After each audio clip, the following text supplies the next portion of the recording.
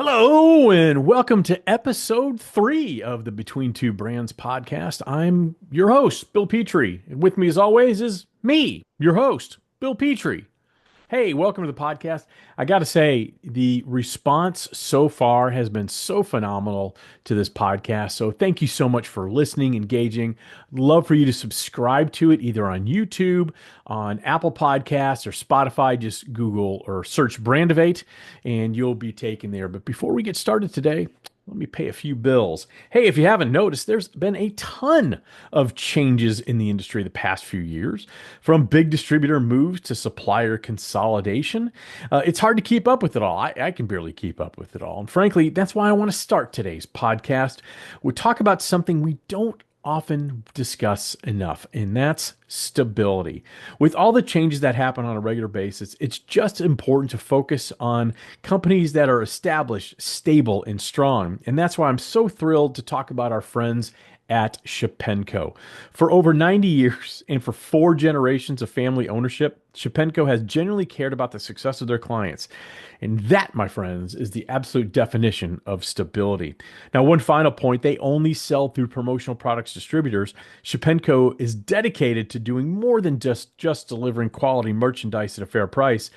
They go the extra mile to ensure every distributor project is a resounding success.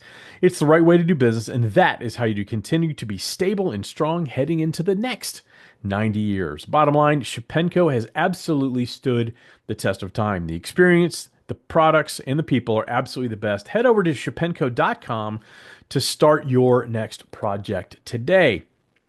So this first part of the podcast is really just me solo talking about whatever I want to talk about. And generally, I'm going to focus on things in the promotional products industry, marketing, branding, so on and so forth. Last week, I spoke about kind of my takeaways from a PPI Expo.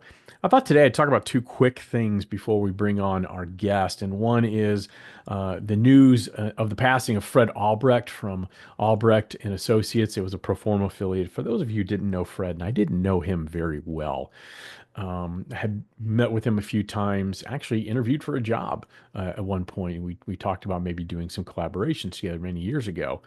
And I will tell you, every interaction I had with Fred was really wonderful. He was a very kind man, a very sweet man, if that makes sense.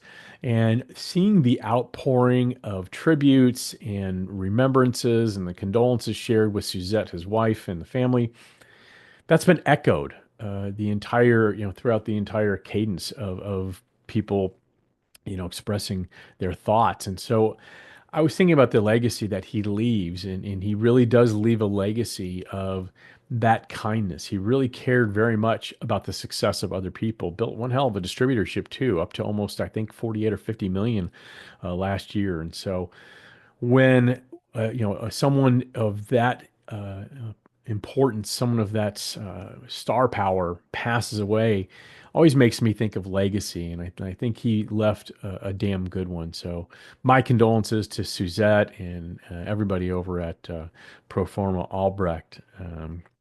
Kind of a bummer way to start, but life is sometimes a bummer, isn't it? Speaking of bummers, not a terrible transition. I want to talk about shitty marketing. I know on the old podcast I did with Kirby, we had talked about this before, email marketing, and is there still some efficacy to it? And I do believe there absolutely is, but there are some rules that have been really skirted over the past few years that absolutely drive me bananas. The one that comes immediately to mind is the continual bumping up of messages. You get a email solicitation, you ignore it because it has no interest to you.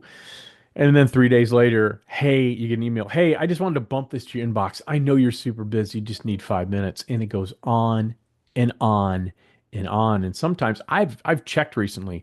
I have one that's 9 strings long, which is absolutely ridiculous. 9 strings long. And that's annoying, but I can ignore it. I had something happen last month, and it's happened twice now, that really got my attention. Instead of an unsolicited email just asking for a meeting, I received an unsolicited email meeting request for a Zoom meeting for someone who wanted to sell me something. unsolicited. No, no, almost no explanation, just a blanket meeting request. And I got to be honest with you, it's probably a little strong to say I felt violated, but I thought, how the nerve of this person, how absolutely ridiculously presumptuous of this person to just assume I can meet. And I remember thinking how bizarre it was. They were outside of the industry because they asked me to meet while I was in Expo. And anybody who's in the industry knows that pretty much everybody in the promotion products industry is in Las Vegas during that week. But that just struck me as bizarre, and it's happened twice now, to the point where the second one I actually emailed back, which I don't generally do, and I started off saying, "Let me be clear, I'm never going to meet with you. I have no interest. I think what you sent is presumptuous, but I have to ask." Is this effective in any way, shape, or form? Do you find success in this type of marketing? Now, sadly, I didn't hear back, but I was curious about it. So I wanted to start the podcast off and get your thoughts. What are some violations of email marketing? Obviously, one that comes to my mind is just too much. Too much email marketing is exactly that, too much. I think a cadence of one, maybe two a week, depending on the size company you are and the size companies you're marketing to, makes sense from a cadence perspective. But the 3 and 4 a week, that gets to be overkill. You use email marketing. It's a great tool, an effective tool to stay in front of your target audience or your intended buyer, but you want them to think of you in a positive way when they're ready to make that purchase, not in a negative way in the fact that this person has been bugging me, so I'm absolutely not going to use them. But I wanted to get some other thoughts, other tips you might have for effective email marketing. What do you find success in? And maybe we'll talk about that in a later podcast. And then the last marketing thing I wanted to talk about. So I run a small agency, Brand of Eight, and I received a text message unsolicited on my business line saying, I've reviewed, looked at your website. Are you a full service agency? I'm like, okay, I'll answer it. And so I answered, yes, we're a full service agency.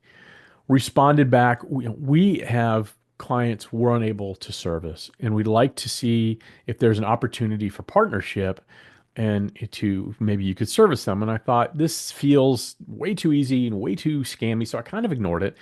A few more text messages came through and it seemed genuine. And I said, okay, I will set up a meeting with you so we can talk about this. And I did. And it was a phone meeting, not a Zoom meeting. And it became very clear within the first 5 minutes what this person was trying to do is set me up for another meeting so they could sell me a CRM system. So a classic bait and switch. And that really got under my skin too. And so I didn't go through with the meeting for the CRM. I'm happy with what I use in terms of an agency, a software run Brand of Eight. But I thought, are we at a point now where there's so little regard for the prospect, for their time, for their energy?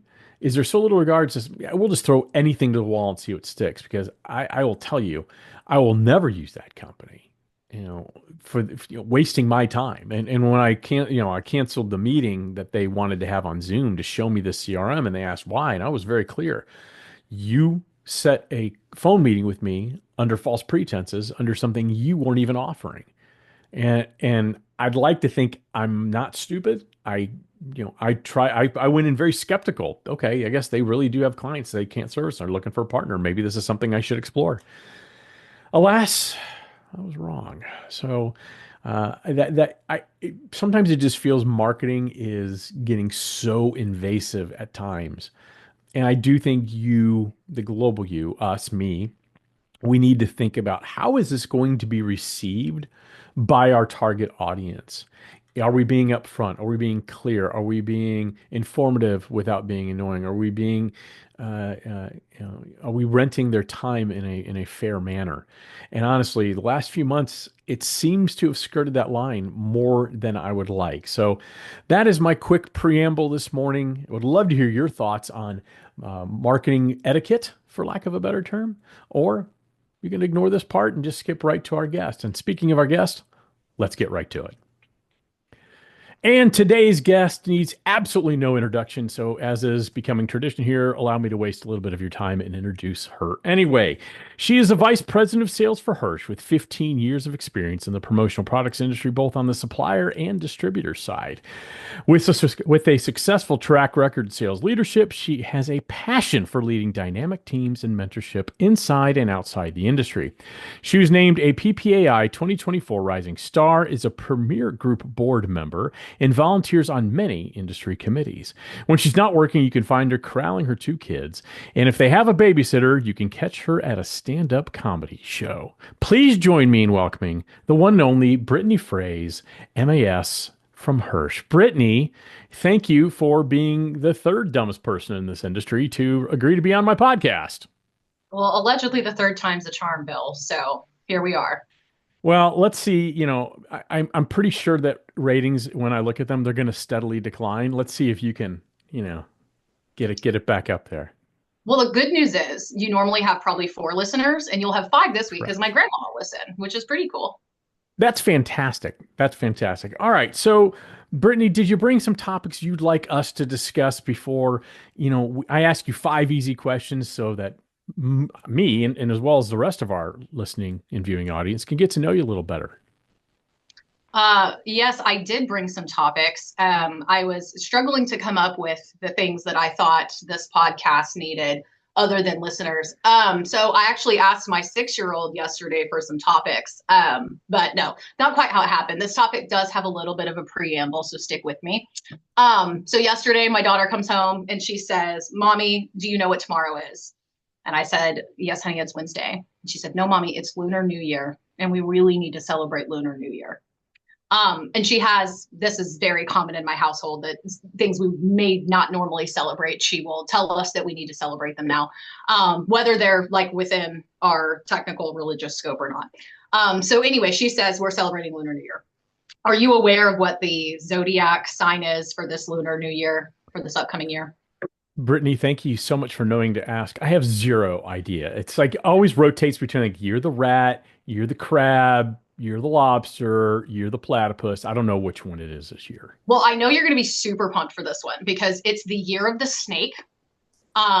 So I know that was your next guess. And with the year of the snake, I know you're a huge Swiftie, and so is my 6-year-old daughter. You two have that in For common. days. For days. So the snake has a ton of symbolism with what is her very best album, Reputation, which you already know, I'm sure. And Yeah. with the snake, it's all about shedding bad energy, right? So that's kind of what this new year is supposed to represent. And Okay. the 4 listeners, 5 with my grandmother, will listen to this on Friday, correct? This Friday, Yeah. This hopefully. Friday. This correct. Correct. This Okay. Friday. So that's a few days from now. So today Yeah. technically is the first day of Lunar New Year. And it's the Okay. year of the snake, so we're shedding bad energy, okay? hmm So what is the bad energy that you would like to shed in the promo or branding industry? And why is it the PPP Facebook group? It is 1,000% the PPP Facebook group. I don't want you to answer this question too, by the way, Of course you do. since you're posing it to me. I would like people to stop. The energy, I guess, I would like to see stop is people automatically defaulting to the negative.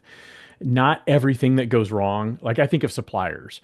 You work for a supplier. HIRSCH is a tremendous supplier, and there's tremendous suppliers all across our industry. But things do go wrong. Things happen. Sometimes prices get quoted wrong, or you thought you had inventory and you didn't. And I get tired sometimes of people feeling like, oh, they're just targeting me, or they don't like me, or they lied to me. Sometimes mistakes just happen. Sometimes when people spill coffee on you, they just spill coffee on you. It's not like some sort of vendetta to ruin your shirt because you were on the way to an interview.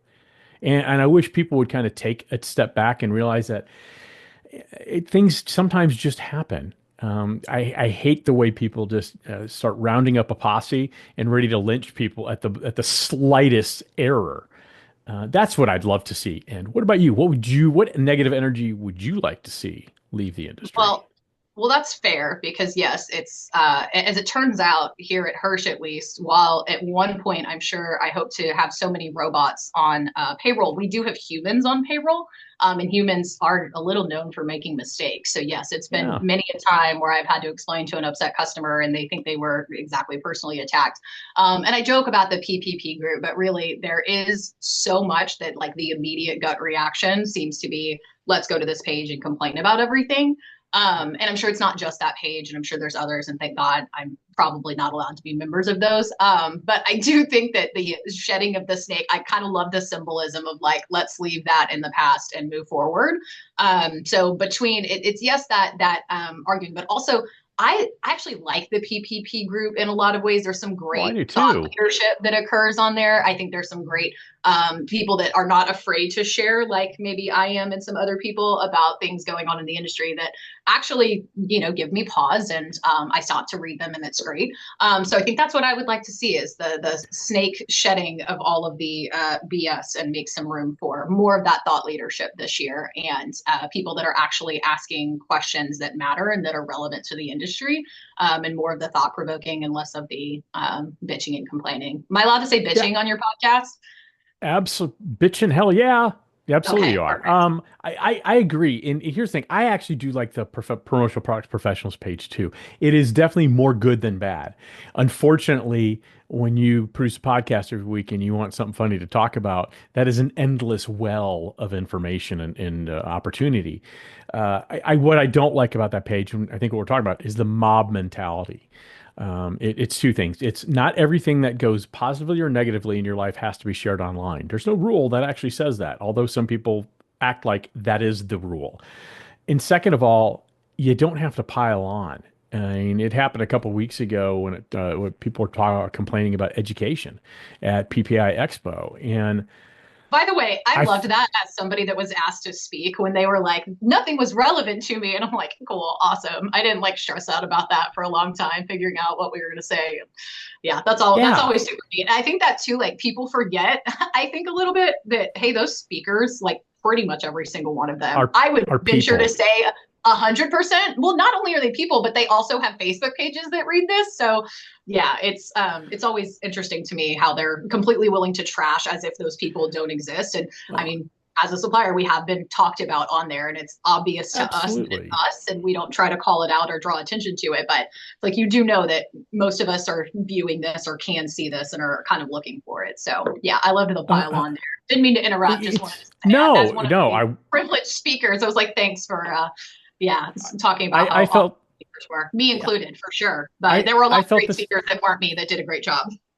I think everybody did. I didn't hear one person session that went horribly or bad, even. I mean, I had technical issues like you wouldn't believe in mine. I mean, I had two slide advancers that didn't work. So for the first 15 to 20 minutes, I'm begging for them at the back of the room to advance the slide. So, from that perspective, it was challenging. But, I thought PPA did a great job of curating intentionally some sessions people would attend, and the crowds would tell me they did a great job. That, It was packed. It was crazy packed. So good job, PPAI, for yeah. doing that. Awesome. Absolutely, but it's the keyboard warriors. It's some I make it a habit. If I write something to anybody, whether I'm With defending your someone quill, or I just assume, since you're like a uh, thousand years old.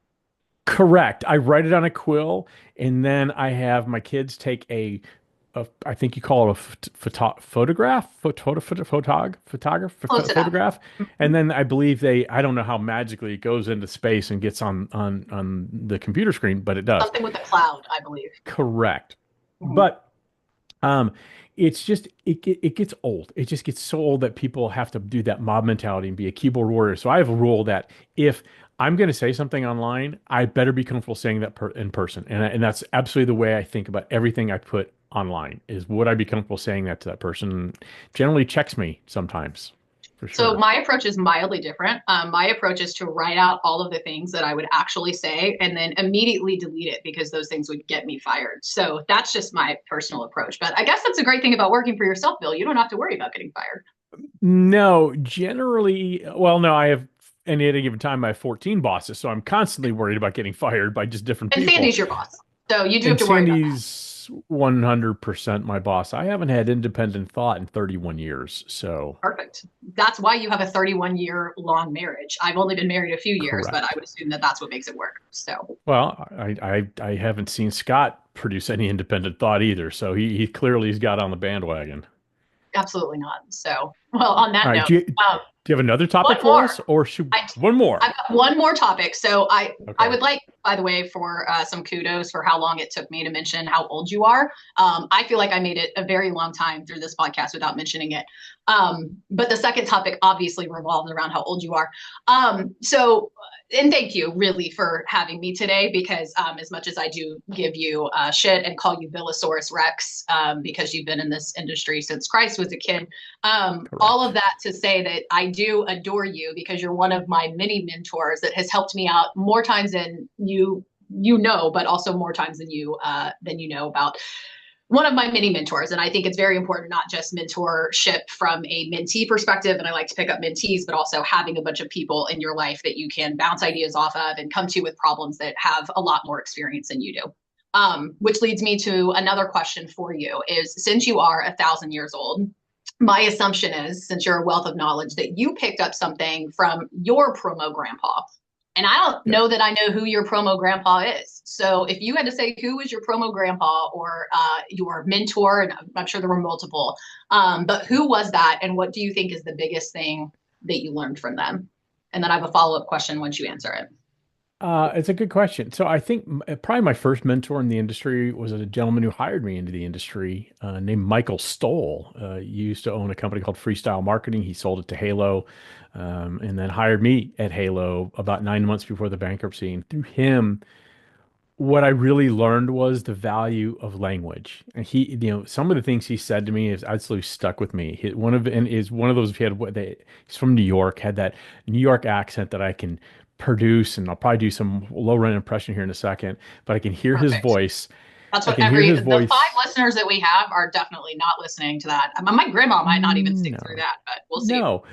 But he would say things like, I would say, how do these items equate? I was learning the industry, so I'd say items. He goes, Bill, we don't sell items, we sell products of merchandise. And that always stuck with me. It's like, what item does cheapen what we do. Yeah. And I like that. And then he would also tell me, the two most important or the most important phrase you could ever have is, I need your help.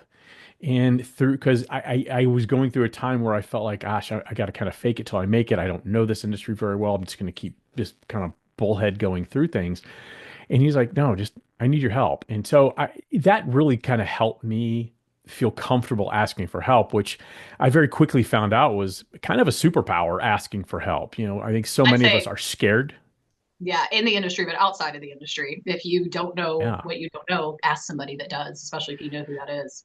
Because we've all been there, and that's things up at some point I didn't realize that, gosh, everybody knows everything and I'm the blithering idiot here. They were a blithering idiot too. And when you kind of come hat in hand and say, look, I just need your help here, and you're very intentional about it, people are very helpful. So to me, that first one, and again, like you, I could name a million people, but Michael Stoll definitely comes to mind. There you go. Michael Stoll is your promo grandpa. You're my Yeah. promo grandpa, so it all works out. Oh, I thought I was your great grandpa. So awesome. Yeah, that's fair, actually. I removed a few greats for the sake of if we still have any remaining listeners, they have to think I'm being Oh, nice to you. So they bailed out. Hey, let's ask Brittany five super easy, possibly awkward questions. Let's get to know Brittany on a little bit I of a need a different swig of level. this before these questions start. And there may or may not be whiskey in it. I can't I confirm. was about So to, I was about to say, did you do some sort of airport espresso martini hack in that thing? this is just a regular coffee this morning, but I did think it was precious that they wrote "shoot for the stars" on my cup this morning, and Wow. Did, you did can you say all the did you things pay? about how I didn't pay extra that you know of. I know this is not a reusable cup and blah blah blah, sustainability and stuff, but. They're not going to write on my brunette tumbler "shoot for the stars." So I love that I got this little dose of inspiration before my podcast today. So I'm sure, you were the only person they saw the beam of light when you walked in Starbucks and picked 100%. up your mocha latte, whatever the hell you're drinking. And they said, Obviously. she needs extra inspiration because she's about to do a podcast with a dinosaur. So let me ask you the first question. Correct. Let me put on my dinosaur glasses. Um, Hirsch is well known for having retail brands and cutting edge branded merchandise. Does that Yes. include technology so advanced that it would confuse an old person like me? 100% it does. Absolutely. There is so much technology that would confuse the olds like you. Luckily, what we try to do a pretty good job of here is knowing our product so well that most of our internal salespeople can answer those questions. And have you ever heard the term explain it like I'm five? Hmm. Explain it like Bill's young is one that's really caught on Oh, around here. So explain it like I'm nice. five and explain it like Bill's young. We try to work through those technology products, but I don't know. It's funny. Some of my favorite products that we've ever sold have actually been the non-tech products. So just personally, I mean, yes, I love our tech product, but those turn over very quickly. And some of what's kind of stood the test of time, the stuff that isn't. So even for olds like you, Hirsch has a product for everybody. I love that term olds. It's very funny. Um, you're a merchandise expert, or at least you've claimed to be one.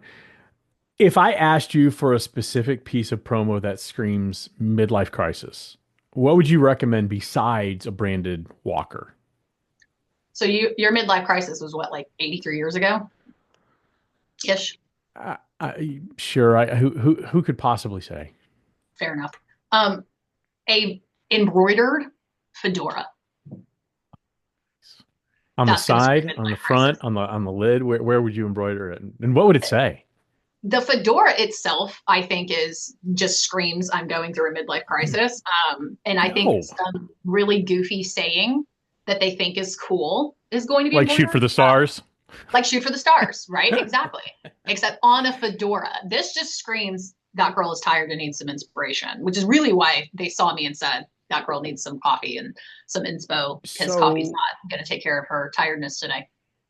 so you're wrong. A fedora screams Indiana Jones, which is always cool, never out of style. So you're 100% wrong on that. You choose to live in Houston, correct? You still live in Houston? I'm sorry. Next question. Okay.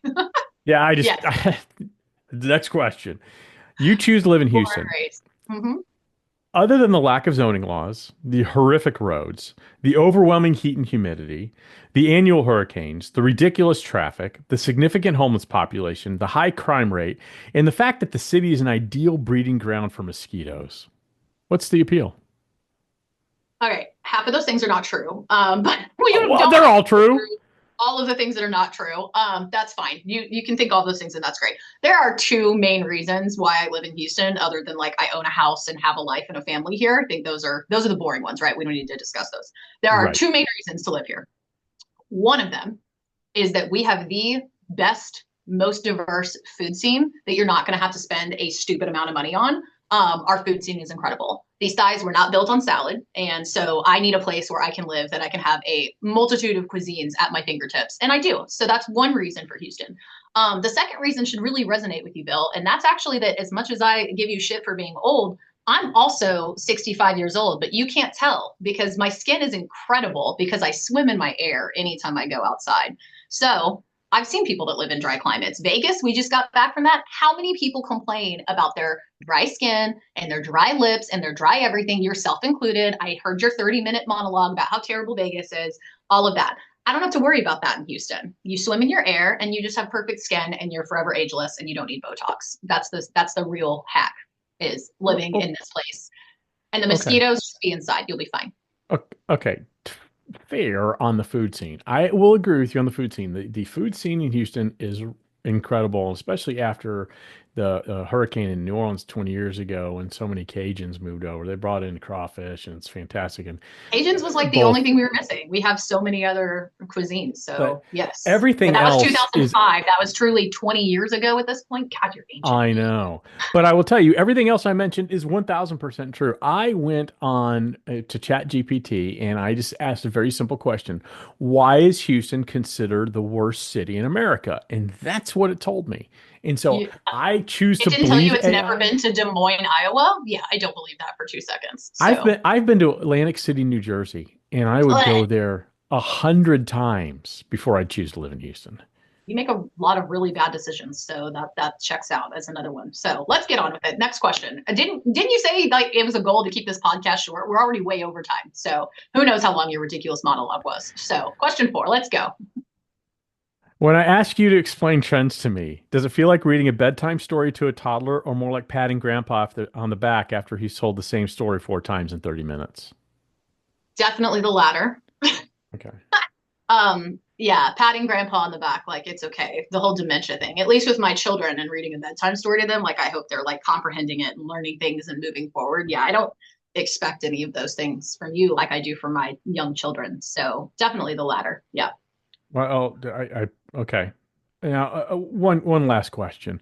Now, as a millennial, do you feel a deep sense of responsibility to save the world from Gen Xers like me, or are you just happy to document everything you eat on Instagram? I believe the answer is C, all of the above. I'm Okay. absolutely going to document things on Instagram that look delicious and taste delicious. We just mentioned clearly I'm a foodie. And then really, as a millennial, I feel like it's Gen Zers that feel like they were so like millennials a little bit, but not nearly as much as Gen Z that has a deep sense of responsibility to save the world from people like you. But I think millennials are in this weird, like, we have our own kids, so we want our children to live in a better life, but we are also extremely cynical because we've dealt with people like you that have already killed it and the rest of our grandparents. So we're like, well, this is going to happen anyway. So we try our hardest, but I would say that my sense of responsibility is definitely there. I don't think it's there as much as Gen Z that really feels like they can fix it. Whereas millennials are like, this is how we've lived. We're screwed. It's fine. We've been through 9/11 and the '08 crisis, and like our entire lives have just been shrouded in crisis. So I think we just think it's never going to get better in a very cynical turn. Whereas Gen Z actually feels like they're going to do something about it. So my hope is that that generation that's below me, barely, might I add, has it figured out more than millennials do. Yeah, my kids and they're the next, they're Gen Z, and I will tell you. And then there's what Gen Alpha or whatever. I will tell Mhm. you though, I I think that's appreciate my your kids. answer. I don't know what they. I I think four think and yours are Gen six qualifies Alpha. them. Yeah, Yeah. I think you're in Gen Alpha, and my kids are 22. I do agree with your assertion though that really Gen X is probably the standard when it comes to doing things the right way. So I appreciate your thoughts on that. Anyways, so these questions were supposed to get to know me, and instead, all we did was just highlight how ridiculously old you are. No, But that's fine. I appreciate no. that. We got to know that you like to document food. You choose to live in Well, a horrible city. best city ever. Um, It's fine. is it though? Yes, Let's ask our listeners. I'll give all four of them, plus my yeah, grandma. all four Five. of them. Houston versus the field. I'll take the field. Yeah, most people should pick Houston again. All right, First of all, every okay. woman that I just told doesn't have to pay for Botox. You've got at least 48%, I'd say, of your listenership is on my side. So tell I me. would choose where I live in Nashville over Houston. We get all 4 seasons. Traffic's not horrific. Sure, We Nash have a decent Vegas. food scene. Mm-hmm. I don't go. And you have to I pay don't go to that part. obscene cost to live there that you don't have to pay in Houston with my awesome food scene. So I'm just saying. Yeah. It is what it is. Hey, so hopefully you guys got a taste. Brittany and I are really good friends, and she's awesome, and so I'm glad to Unfortunately, have her here. Unfortunately, no, she's like my promo little sister. So before we say goodbye, I got to pay a bill. Hey, kids, been a ton of changes in the promotional products industry, but that's why we like talking about our good friends over at Shapenco. For over 90 years, they have been the standard of stability in the industry, 4 generations, family owned, and they only sell through promotional products distributors. So on your next project for writing instruments, head over to shapenco.com. You're not going to be sorry you did. Brittany, thanks again for taking the time. Thank you for insulting me in new and creative ways, which always warms whatever's left of my heart. And I appreciate that. And we'll see you next time on Between Two Brands.